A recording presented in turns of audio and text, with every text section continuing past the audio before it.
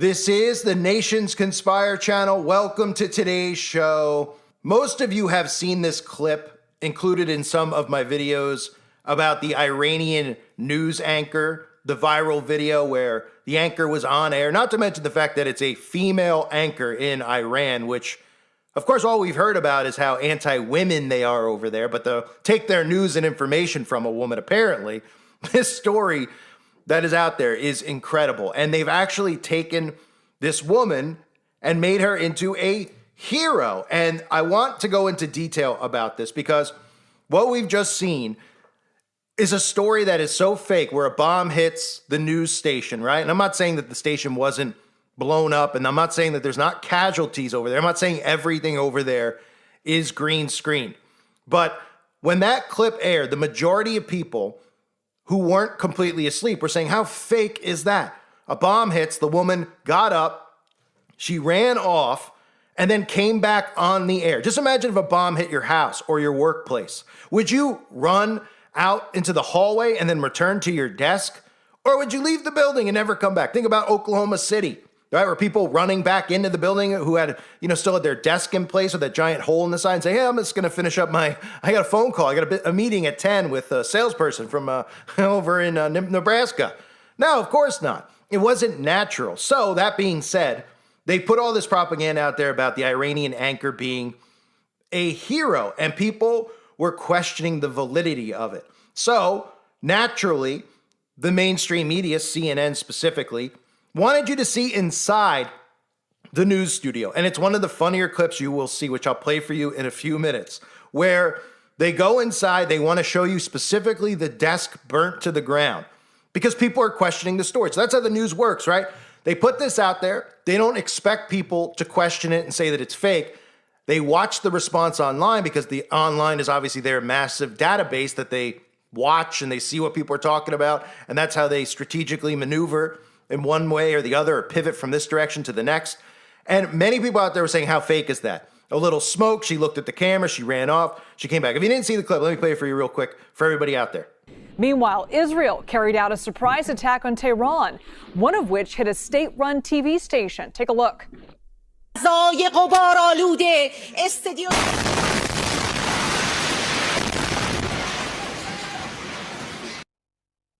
You can see that news anchor left the desk as debris shot out into the studio there. Iran condemned the attack on the television building, calling it a war crime. Okay, so that's the clip that people were questioning. And again, that's not how a person would respond if a bomb hit their home, if a bomb hit their their workplace or a grocery. You want to go back right inside. But that's what happened. The Iranian TV presenter went back on air, and they're calling this Iranian anchor a hero. And the fact that it's a female makes it even funnier because obviously there's so many stories of women's rights in Iran, but these people are going to get their news from a female, right? So what you're seeing is characters in war, manufactured characters who become the face of courage and bravery. That's what the role is of this news anchor. Whenever the people need a hero, we shall supply him. Albert Pike. These are little things they put into their stories out there to suck people in even deeper into the psychosis. And again, I'm not saying that civilians aren't being killed. I'm not saying that buildings aren't being detonated. What I'm saying is this is the illusion of war. They want you to think Israel is only going after TV, run media, state-run media, and they're only going after military bases. Both Israel and Iran are attacking civilians only. That's who's being attacked. But it's so important during a quote-unquote war to make people believe in one side versus the other. So that's what we're seeing right now in America, right? Just like Albert Pike's blueprint said about World War III, how people and countries will become more and more divided. Divide them down to the point where they don't even trust or respect the people in their own house because they have different opinions than they do. So they're creating heroes here, right? They did it with Donald Trump, with the fake assassination. That put Trump in a different stratosphere. I talked about it at the time. The videos are available on the website. That photograph, it was all about getting the photo. I even broke down the photographer, how they ran him to that side of the stage. They had to get this picture because this picture creates the psychosis. This is the picture. This is the moment. This is people. This is how they're deeply rooted in the psyop that is Donald Trump and thinking that he's a hero and that they actually tried to kill him. They created a hero. We saw this with Zelensky, right? Zelensky, an actor turned president of Ukraine. The guy was literally an actor. He was on shows, dancing, doing all sorts of things, and then he becomes a hero, right? And this is straight out of Wag the Dog. What you saw with that news anchor is very similar to this character in the movie Wag the Dog. If you haven't seen Wag the Dog, I highly recommend you take the time to watch it. I would never recommend a Hollywood movie to you unless, of course, there was something to gain from it. Not the message of, oh, it's a great script and it's a nice love story. Showing you these things ahead of time. Predictive programming specifically, right? We all talk about predictive programming, how we see this. Well, Wag the Dog shows you exactly how they manufacture war. And Schumann, the Shoe Man, is one of the characters in the movie that they create. They create a character from the war to get people more psychologically invested in the war. They create a song for him and then pretend that the song was released in the 1920s and it's just turning back up. They make a song, they manufacture it, they manufacture a character. They start throwing shoes over telephone poles and into trees, and all the people, monkey see, monkey do. They see it on TV, the news shows them, then they go do it. And they say, we support our troop over there, get him home. They manufacture war. Take a look at this clip real fast. We've just received this photograph of Schumann in captivity. Now, I don't know how many of you are familiar with Morse code. You'll see his sweater is worn. Those places form dashes and dots. Those dots spell out a message in the Morse code. That message is, courage, Mom. You got the message through. Courage, Mom. I'm told his unit mates gave him the nickname Old Shoe. Now we're going to need a new song. I think it should be a song about a shoe, a good old shoe. We need a new song, okay? A good old shoe song. It should be a ballad of loss and redemption is very, very good. Daddy had a hound dog, be a good old shoe. Old shoe. Hey, good old shoe, good old shoe. Old shoe. I have just been handed this, something just discovered, a 1930s recording, part of the Library of Congress, and a fitting song, if I may say so, about Schumann. As we reported earlier, U.S. serviceman Willie Schumann remains missing behind enemy lines. Thinking ahead, that's what producing is. It's like being a plumber. Yes, like being a plumber. Sergeant William Schumann, the Old Shoe. Want to go first? Sure.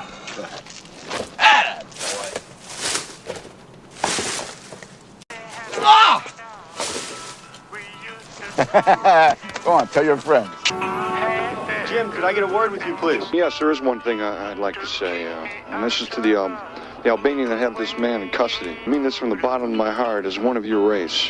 I'm Shqiptar. Nuk la fosse shumë mire.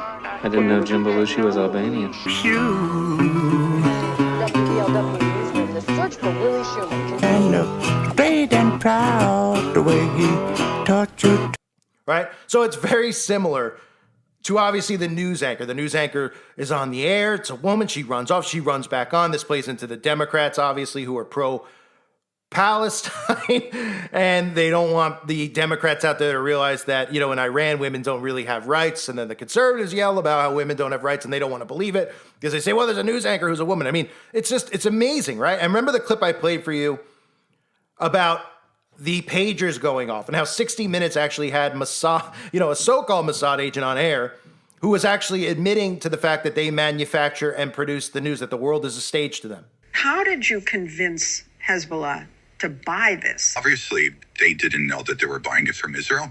Who did they buy it from? We have an incredible array of possibilities of creating foreign companies that have no way being traced back to Israel. We create a pretend world. We are a global production company. We write the screenplay. We're the directors. We're the producers. We're the main actors. The world is our stage. So that being said, the world is obviously a stage. So going back to the beginning with the news anchor who went on the air, had a bomb go off, people questioned the story. So CNN naturally had to go to the location to show you that it was real, right? So they go to the location. Now you could question if it's a green screen or not, or you can question maybe they just detonated the actual building. Maybe it's a completely different building, but they want you to believe in that hero that they created. So they go to the building, and conveniently, he walks right up to the desk, right? And what does this do in people's mind? We're at the desk of the woman where a bomb went off. Now, her desk didn't catch fire. She went back on the air 5 minutes later. But, we got to show you the desk because it creates something in your mind. Wow, that brave woman who was on the air, who stayed on the air, who was defiant, who refused to lay down to the tyranny, refused to lay down to the enemy. She stood up. She stood strong. She went back on the air, right? This is what they aired, and they were doing everything they could to convince you that that story was real, because that's what the news has to do. If you question something on it, they'll go further to make sure nobody out there wakes up to their lies. They'll go further into the psyop by creating more into the psyop. So people go, what do you say that they staged that? What do you say that they put a desk there? No, they could show you any desk that's lit on fire. They want you to believe that that woman is a hero because that's the woman that they're using as a face and a focal point in this psychological war. And of course, this comes back to America. Why is that airing in America? Why are we hearing about this Iranian anchor? Well, because the Democrats out there are talking about her like she's a hero. And the conservatives are talking about the entire story being potentially fake, which of course it is. But look at what CNN aired. We're inside the Iranian state broadcasting company, IRIB, which was hit by an Israeli airstrike a couple of days ago. And you can see the damage is absolutely massive. I'm standing in the atrium right now, but if you look around, this whole area has been completely destroyed. All of the offices, all of the technology that they have inside here, the broadcast technology, everything has been rendered pretty much useless. All right, so we're going to go inside the building now. They have told us that we need to be very careful because obviously there might still be unexploded parts of bombs in here or something like that. What we see here is the actual studio where an Iranian state TV anchor was sitting and reading the news when the strike hit. You can see here that is an anchor desk right there. And of course, when it happened, the anchor was reading the news and then all of a sudden there was a thud. The studio went black. At the beginning, she got up and left, but then later apparently came back and finished the newscast and is now being hailed as a champion of Iranian media. Some of the main bulk of the explosion must have been here because this place is absolutely charred. And if we look back over there, that actually seems to be the main part of what was the newsroom, with a lot of the desks, computers, printers, phones. You can see how much heat must have been emitted by the impact and by the explosion. The phones that they had here are molten. Here also, the keys molten, this screen, and there's actually someone's lunch still at their desk, standing here, which probably they would have been wanting to eat until they had to evacuate the building. You can see there's a spoon here that's also been melted away by this explosion. All of this is playing very big here in Iran. There's a lot of public anger that the Israelis attacked this site, and certainly the Iranians are saying that they condemn this and that there is going to be revenge for this. So they really went out of their way to try to convince you that everything they showed you was real. Don't question it, because here's the desk, even going as far as, my favorite part is showing you somebody's lunch, which somehow the missile did not wipe out the lunch. It was probably the news anchor's lunch. You probably put it right there. And a bent spoon right on somebody's desk, right? So we have a melted desk. We have all this stuff, right? And then somehow we see a lunch there because they're trying to, this is how they suck you into the psychosis. They want you to envision yourself sitting at your desk, eating your lunch, and then a bomb going off. And you couldn't even finish yours. You got to get up and you got to run out the door, right? But that brave news anchor, she didn't run out. She came back in and stood up and went back on the air because she's brave and she's standing strong for Iran and Palestine. Is anybody questioning how that lunch is still sitting on the desk? You're telling me a missile went through and not even the smoke from the missile, not even the speed of the missile, not even the debris? It looks perfect. What did somebody just use their thumb and push in the sides a little bit on that soft, that soft tin to make it look like, it was damaged? I could just see them standing there going, hey, why don't we, I got a good idea. Like the Schumann thing, right? I got a good idea. Why don't we put a lunch down by these melted phones? Because then the people at home will see this and they'll think to themselves, oh my gosh, they're just sitting at their desk and suddenly a missile comes through the window. And they get up and they run out the door and all they were trying to do was have their lunch and their phone's melted and the spoon is somehow bent. How is the spoon bent, by the way? The spoon is bent. It's a plastic spoon, right? You're telling me that the spoon didn't fly away. It stayed right in place next to the dish and it just bent on the back. right? There's no debris on it. It's not melted. It's unbelievable. That's how it works. That's how these stories are formulated. They put this stuff out there. They create these heroes. They make these martyrs to bring you into their psychological war. And it doesn't mean that people aren't being hurt. It doesn't mean that there isn't conflict actually going on. But the war that's really occurring isn't between two militaries. The war that's occurring is between civilians. It's almost like when they wipe out these areas we see in America with weather modification, right? They're wiping out areas over there that they're going to rebuild eventually. They look at it like developers. That's really the mindset of these guys, and they are. Because these guys who are responsible for all the wars, these are the corporations behind it, right? It's not really these individual politicians who are just puppets. They look at it like land developers. Hey, we're going to build this here. Well, how do we build it there? Well, we wipe it out. Take LA, for example.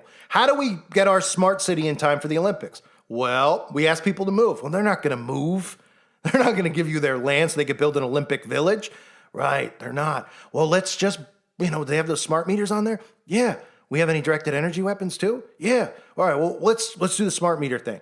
As, people caught on to the directed energy weapons from Lahaina. So we'll just do the smart meter thing. Everyone who's got one, their house will melt to the ground. The other homes that still survive, that don't have smart meters, who are smart enough to say, hey, I don't want one in my home, they'll still stand, but we'll get them out of the house. They won't be allowed to live in the area because the area is decimated. We'll tell them it's too dangerous to live. Then we'll bulldoze their house, and then we can develop the land. That's pretty much what they do.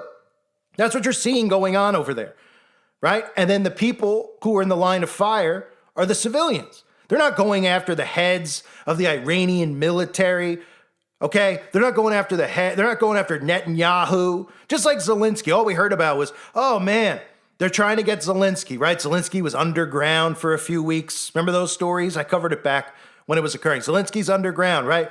But he's showing up at the Grammys. Zelensky's underground, but he's walking the streets with Ben Stiller. He's walking the streets with Sean Penn and Bono. Huh? Isn't he giving up his location? Couldn't they immediately have him sniped or send something over there to kill him? Tell me they still couldn't find Zelensky? I think we all could find him. I mean, he's showing up at the White House. He's showing up at the Oscars. He's at all these award shows. So if Putin wanted to kill him, why wouldn't he kill him? Because it's a show, right? They made Zelensky into a hero. Zelensky standing in the face of Putin. What a hero he is. That's why you see all these suckers with their Ukraine flags outside or their Ukraine flags on their Twitter handles, right? You see this stuff and you just go, how do we get to this point? Well, that's how. Just like the Schumann thing. They create these heroes. This woman from this news anchor, they're creating a hero. They're convincing you of something that's not really happening, which is a war between two countries. They are wiping out territories. They are killing innocent people. There's no doubt about that. But what isn't happening is the stuff they're telling you on the news. Oh, yeah, but they're sending in a missile. That's only, Israel's only trying to target these specific locations where the military are, right? Meanwhile, when you hear about Israel, they go, oh, well, they blew up a hospital. Oh, they blew up apartments. Well, of course, because they want you to think that one side's evil and one side's playing by the rules, right? Martyr one side, make the other side into the villain. But the reality of the matter is they're all villains. They're all doing this to the people. And they never want the people to realize that because the people would band together because there's so many more of us than there are of them. And their power would end. The control they have would end. And yes, they have militaries that they control, but it's always been a numbers game. War is a numbers game. It's always been a numbers game. 7.9 billion people will defeat 1 million people in any war. It doesn't matter if they kill 10 people at once with the weapons that they have. Eventually, you can just trample them. You don't even need weapons. Just run them over, right? They don't want the people to realize that. They want people psychologically sucked in. Then they divide the people even more than they're already divided. Look at the subdivision they've caused when it comes to Israel, right? They're taking guys like Tucker Carlson, who are now pretending to side with Iran. So then people are going, I don't know. Oh, we have Republicans divided over Elon Musk and Trump. We have Republicans divided over, Tucker Carlson or Ben Shapiro. Which one of them? They continue to just break everything down into another denomination until there's so many people divided that nobody will ever band together. And that's exactly what they do with this stuff. So this is just a perfect example of how they create these heroes. Because this is as fake as it gets when it comes to this anchor running out, then coming back on, right? And then making sure in America, we all hear about it. Iranian TV presenter goes back on the air. Who cares? What do we care over here? Oh, we care because they want you emotionally invested in this so that we could be more divided, right? Just like Albert Pike's blueprint. These are characters in war, manufactured just like Zelensky, just like Trump. Whenever the people need a hero, we shall supply him. I thank everybody for being here. I hope you got a good chuckle over the food on the desk. I mean, to me, it's a perfect example. Or how, the anchor doesn't seem nervous with all these bombs going off, by the way. That's always one of my favorite things. It's a danger zone. There's a sirens going off. And the news anchor's like, well, we're safe because of war crime. It'll be a war crime. Well, if you're on Iran, why would you give a crap about a U.S. CNN news anchor or anybody else ever if you're going after people? Oh, well, we won't go after them, but we'll blow up a hospital of Israelis, right? This guy's walking around in a shirt. Looks like he had a nice shower, right? All freshened up, had a nice breakfast. He's walking around. Nobody's trying to kill him. He doesn't seem scared at all. Nobody does in these areas when they do the news clips. And then he just goes, he's like, look, I found the desk. How do you find the desk? How do you know it's not another desk? How do you know it's that specific desk? Don't they have many desks inside of these news stations? They have one desk where everyone's rotating let me get up. My show's come out in 60 seconds. When they sign off, there's another show on. What do you think? They're in the same studio and the guy runs out and the woman runs in? It's a joke. It's another joke. But yeah, he was there. He wasn't scared. He found the desk for everybody and he showed it to you, right? Because what does it do psychologically? What does it do when they show you the food on the desk? Give me an utter break. I thank everybody for being here. Hope you're all well. God bless you and your families as always.